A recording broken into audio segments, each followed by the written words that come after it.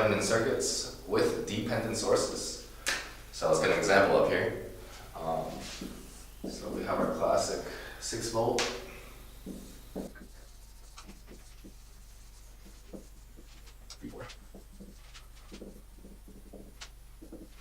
Alright, so that's our circuit. I don't know if you can see, but this is a dependent source. It's a current controlled current source where it's 1.5 Ix and here's Ix. So let's start with finding the Thevenin voltage.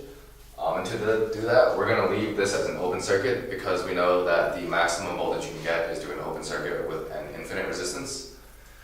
So we have a Vth, and we're going to set that equal to, so what we're going to do here is we're going to do nodal analysis. Here's our node, and we're going to set our ground here. So we're going to just do I here, and I here. Because this is an open circuit, we can just skip that and make this one series circuit. So we have V1 minus 6 over 5 for this one. Here we have 1.5 Ix, and we know that Ix is going to be, basically we're using KCL, the current law. So KCL is going to be this one. So let's do this one first actually. So we'll do plus V1 minus 0 because that's grounded over 7 because that's just 3 plus 7. Or sorry, 3 plus 4, which is 7. So we know that this is equal to Ix, so 1.5 times that. We're going in the opposite direction, so it's going to be minus 3 halves V1 over 7. So from this, we can simplify this down. So we get, this is equal to V1 minus 6 over 5 minus V1 over 14. And we're going to set that all equal to 0 just because of the definition of the law. And we're going to multiply everything by 14. Or sorry, by 5 times 14, which is 70, I think. So we got 14 V1 minus 84 minus 5 V1 equals 0. Hopefully you can see the bottom here. This is going to simplify to V1 is equal to, I think it's 5.3, or sorry, we have V1 value of 84 over 9, which is equal to 9.33 volts. Okay, so V1 is equal to 9.3.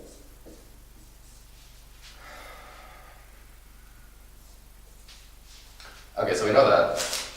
So we can get rid of all of this. Sorry, this should be just the node anyone, not Vth.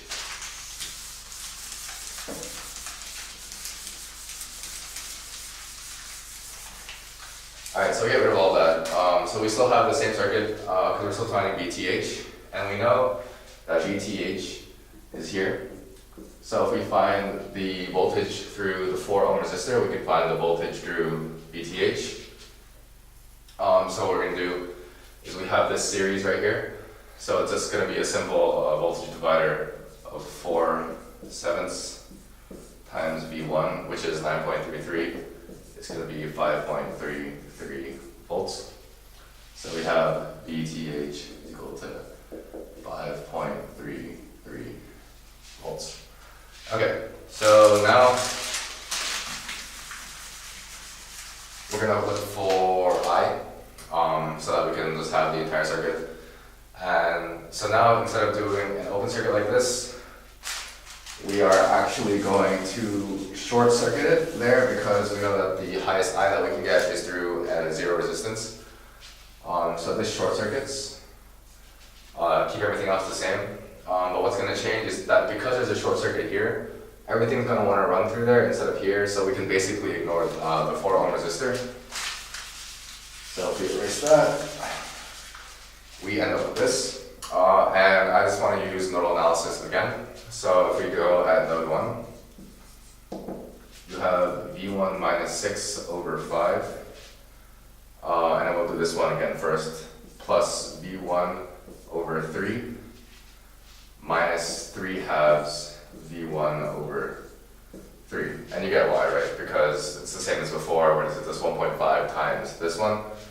Once we do that, we can simplify that into v1 minus 6 over 5 minus v1 over 6. Multiply the whole thing by 30. So times 30 equals 5 and 6, you get 6v1 minus 36 minus 5v1 equals 0. So you get a value of v1 is equal to 36. Okay, since we're dealing with the I, we have v1 is equal to 36. We know that the voltage across the ear is going to be equal to 36 volts. And we're looking for the I short circuit. So basically, if we just consider this part of it, all we have to do is do 36. V1 is equal to 36 divided by 3, so we have an ISC equal to 12 amps. So from that, the simple V is equal to IR. So we have 5.33 over 12 is equal to, we're going to get 0.444 ohms for our